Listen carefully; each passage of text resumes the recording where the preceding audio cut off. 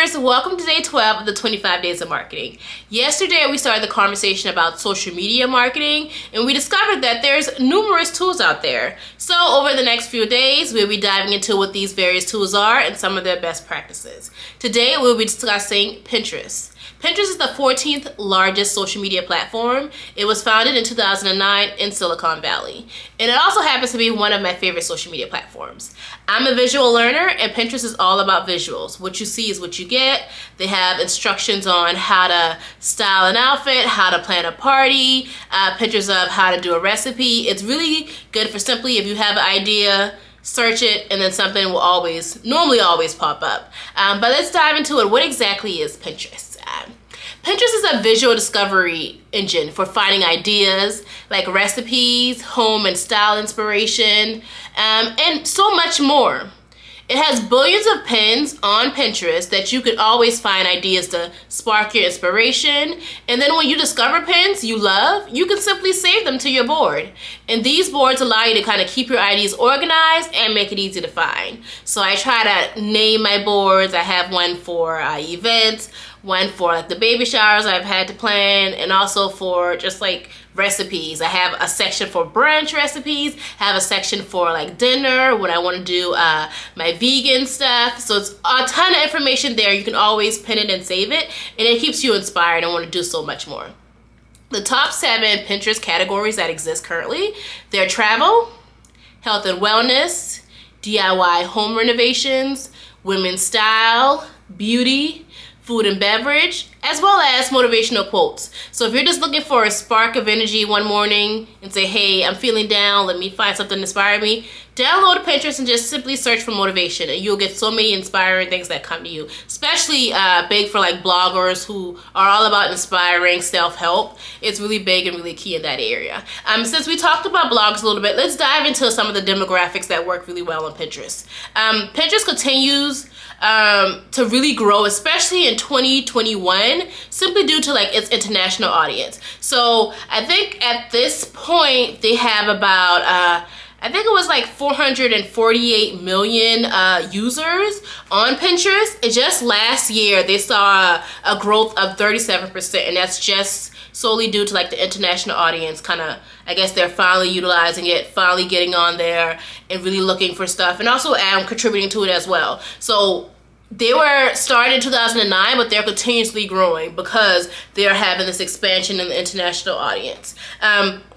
Another great demographic, 6 out of every 10 Pinterest user is a female. So this is a big audience for if you're doing women's clothing or a blogger catered to women's health. You definitely should be on Pinterest because that's where the audience is. Not saying that like men aren't on it, because they are as well, but a big majority of their audience are females. And it's also something that's unique. It's not just a certain age group with females. So with Pinterest, they kind of cater to baby boomers, millennials, as well as Gen Z. But millennials, of course, are like the big push, and you see this between the ages of 25 and 34. They spend a lot of time on Pinterest. But even if your audience is a little more well-established, Pinterest is still a great place for them. But definitely if you're in that 25, 34, this is the place that you really want to be. And one other key that I love about Pinterest is you don't have to have like a big name. You don't have to be a company that's like Nike or a company that's Sephora. You can really get a great foot in the door, especially with Pinterest, because the best content that performs, I think it's like 97%, it's all unbranded. So when people search, they're not searching for like a company or a brand. They're just searching for, in a sense, a solution. So I might Google, or not Google, I might look on Pinterest and say seafood recipe. And just simply use a seafood recipe, I'll get a ton of stuff that comes up. So when that ton of stuff comes up, I can sift through and say, hey, this looks good, or I may have the ingredients for this. I don't have the ingredients for this pasta, but I have this ingredients for maybe this sandwich or this wrap. So you use unbranded keywords, unbranded items, and that you really don't have to worry so much about like what your brand name is or how people find you based on your brand name. You want to just have great content and let people find you simply by like inspiration or discovering new ideas. That's what Pinterest is really good for. If you just, I want to try something new today, I want to shake it up for dinner, let me find something in my kitchen, what I have, and let me see how I can work this recipe. That's what Pinterest is really good for. So I hope that was helpful, getting a little background on exactly what Pinterest is. It's definitely a good social media platform to be on, being that the reach is so big. And also I love the fact that you don't have to worry about like having a big name, having a lot of followers. You can start now and really brand yourself simply by utilizing or just kind of solving a need or serving inspiration or helping someone to learn how to do something. So if it's like how to create a house out of cardboard, you might can find some ideas on Pinterest, simply because you're looking for direction, you're looking for inspiration. So some 6 best practices to utilize on Pinterest are, I would say, create a Pinterest marketing strategy. You know I'm big on marketing strategy, so if you say, hey, I want to build, one of my goals this year or this quarter is to grow on Pinterest. Okay, we have that as your top goal, and now let's develop some small goals under it.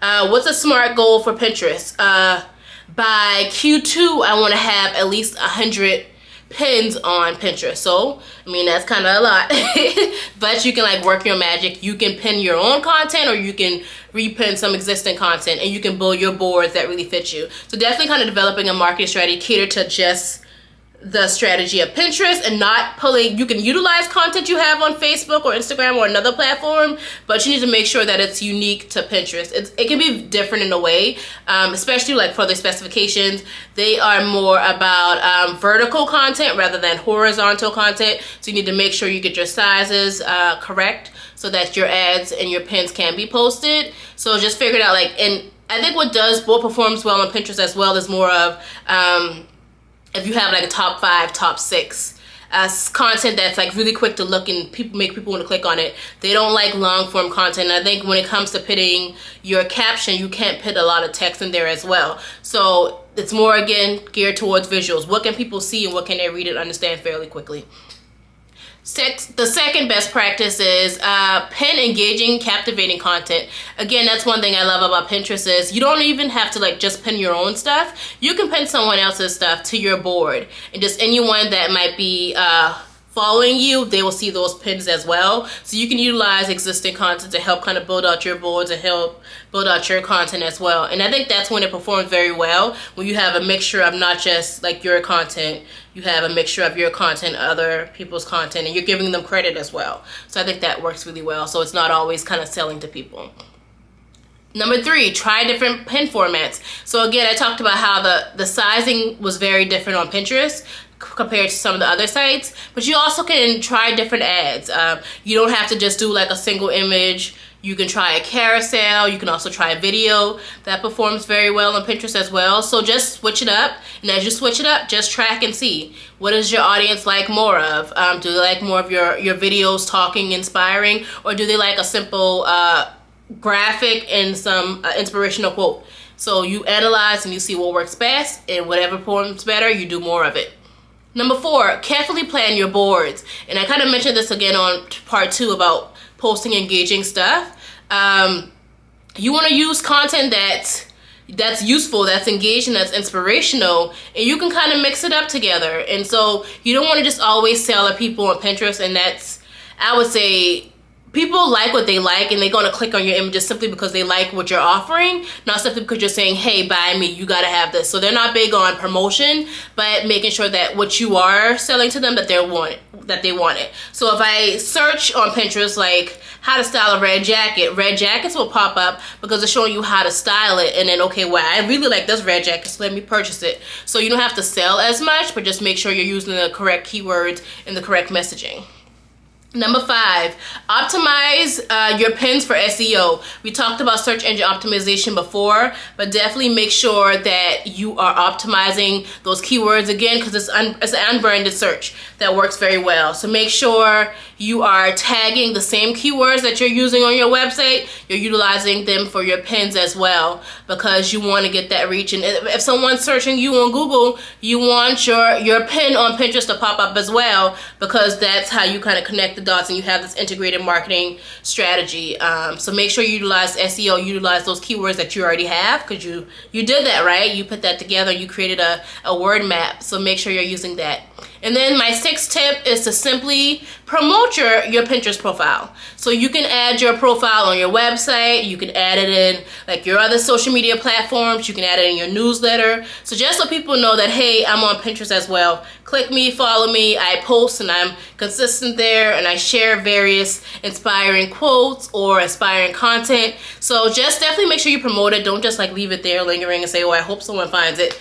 Make sure you share it. Tell people to follow you if you have an existing audience. If you have like your email database, make sure you share it with them, because they'll be happy to follow you as well, and you want to keep that connection going by feeding them various different types of content. So if you're interested in using Pinterest, definitely download it, the app on your phone, or just explore it on your desktop. If you have any questions, just let me know. If you do use Pinterest currently, let me know why you love it. Comment below and tell me what you like about it, and give some inspiration to other creators how they can utilize Pinterest as well. Hope this is great. Talk to you tomorrow. Let's create.